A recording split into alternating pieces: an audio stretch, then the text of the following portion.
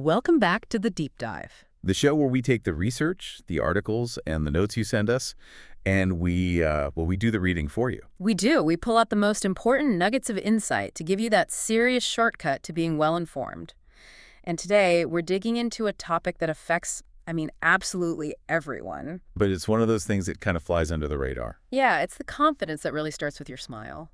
And, it sounds almost trivial, just Yeah. oral hygiene. But if you think about it practically, it's huge. How so? Well, that feeling of comfort, in close quarters, it's fundamental. When Yeah. you're leaning in to share something, or you're laughing at a meeting. Or even just on a date. Exactly. If you are second-guessing your breath or worrying about your gums, your attention is split. That worry is a silent, constant drag on just being comfortable with people. Right. And for so many, there's this underlying anxiety. They're doing all the right things, brushing, flossing, using that really strong mouthwash. And yet, they're still dealing with chronic bad breath or sensitivity or gums that just look irritated. It feels like they're fighting a losing battle, and it just quietly chips away at their confidence. And that struggle is what brought us to the source material today. The documents we reviewed really dive into how these persistent issues affect daily life. Specifically, they detail a set of claims made by a product called Adem Naturals ProvaDent. And it suggests a fundamentally different approach. So our mission today is really an investigation. Yeah. If the conventional methods aren't working for millions of people, why not? And does this shift towards supporting the mouth's natural environment, does it actually offer a better way of thinking about oral health? We're going to investigate the why and, I think more importantly, the so what behind this claimed shift. Let's find out. Okay, so let's start with that big paradox you mentioned, The one where people are almost religious about their routine. right? Brushing twice a day, flossing like their dentist told them. But the problems just don't go away. Mhm. For decades, the solution has always been presented as, scrub harder. Or sterilize more thoroughly. Exactly. And that's because the premise is flawed. Conventional care treats the mouth like it's a countertop that needs to be aggressively sterilized. But it's not an inert surface. Not at all. As the sources we looked at clearly emphasize, it's an entire ecosystem. And here's where it gets really interesting for anyone who feels stuck in that cycle. We have to talk about the oral microbiome. Precisely. If you've heard about the gut microbiome, this is basically the same idea, just localized. In your mouth. Right. The sources define it as this complex community of hundreds of species of bacteria, some good, some neutral, and some bad. The goal isn't elimination. It's balance. It's all about balance. Wait a minute, though. Probiotics? Microbiomes. It feels like these have been the health buzzwords for the last, 5 years? They have been. So how is the oral microbiome fundamentally different from just having clean teeth?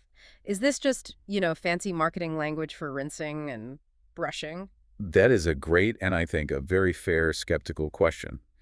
And the source material actually anticipates it. Okay. The critical difference is that aggressively cleaning or using, say, harsh alcohol-based mouthwashes, it doesn't just kill the bad guys. It nukes the entire environment. It nukes everything.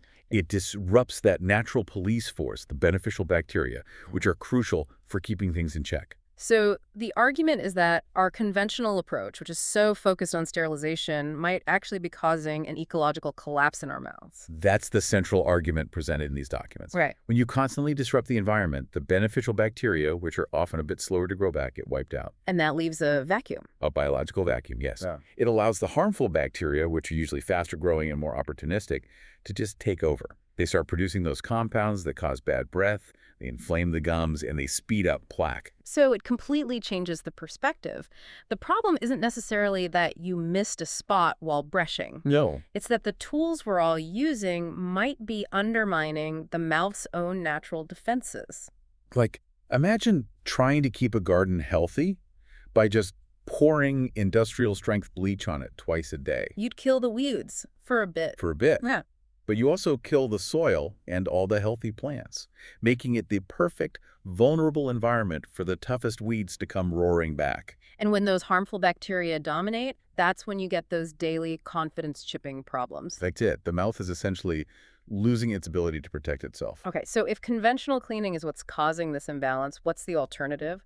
Let's look at the solution that's claimed by ProvaDent in these The documents. sources draw a very clear line here.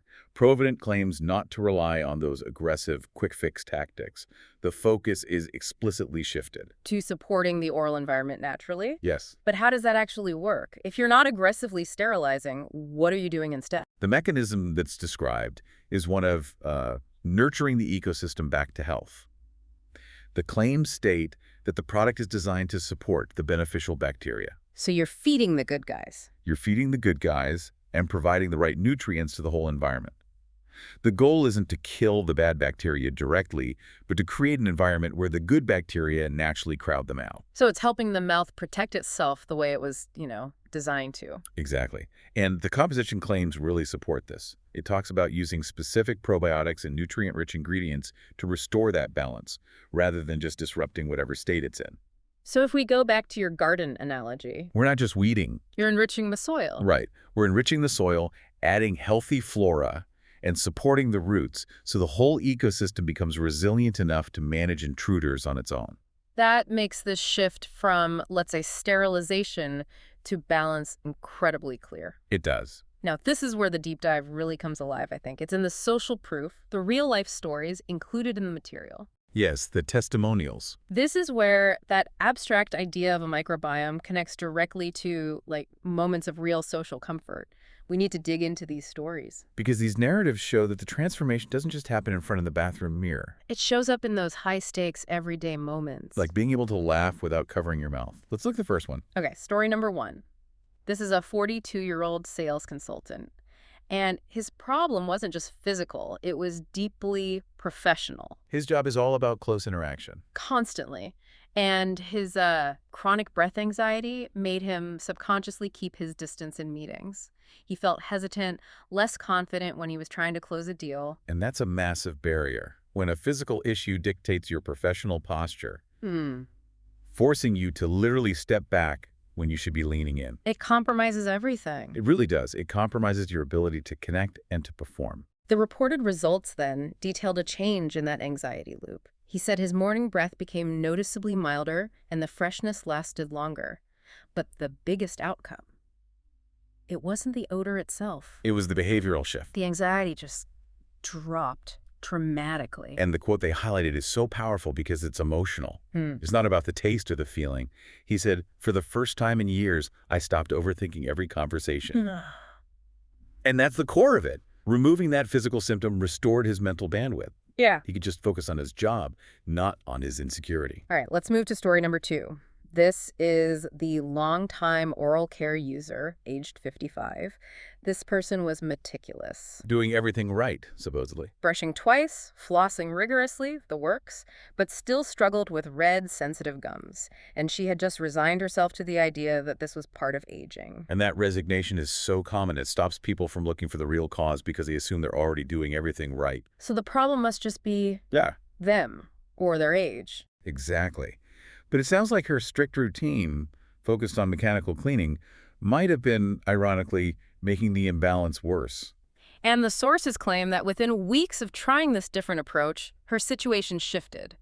Gums appeared calmer, healthier, less sensitivity. Which is a huge relief in itself. But the real validation came from her dentist. She went for a routine checkup, and the dentist made a positive comment about her improved gum health. And that's crucial, because that's an objective measure. Right. It's not just a feeling. No. Her subjective feeling of calmer gums gets backed up by a professional assessment.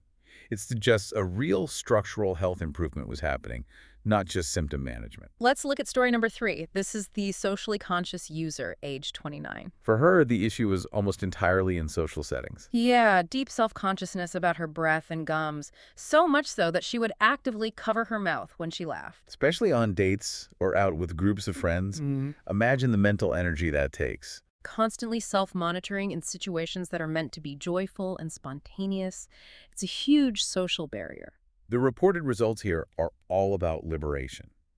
She said her mouth felt consistently clean and fresh, her confidence shot up, and smiling just felt natural again. And this is what she called her aha moment. Which was, The biggest change wasn't just physical, it was emotional. I stopped holding back. and that perfectly encapsulates it. It connects a healthy internal ecosystem to uninhibited external engagement. The sources are talking about oral health, but really, they're talking about removing this massive emotional obstacle. Finally, we have story number 4.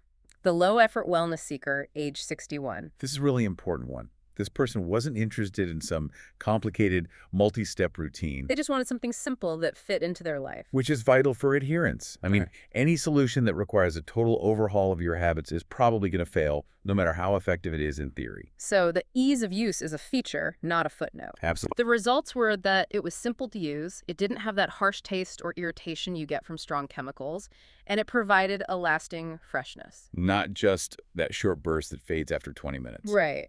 And the user's description here was key. They said their mouth felt healthier overall, not masked, not overpowered.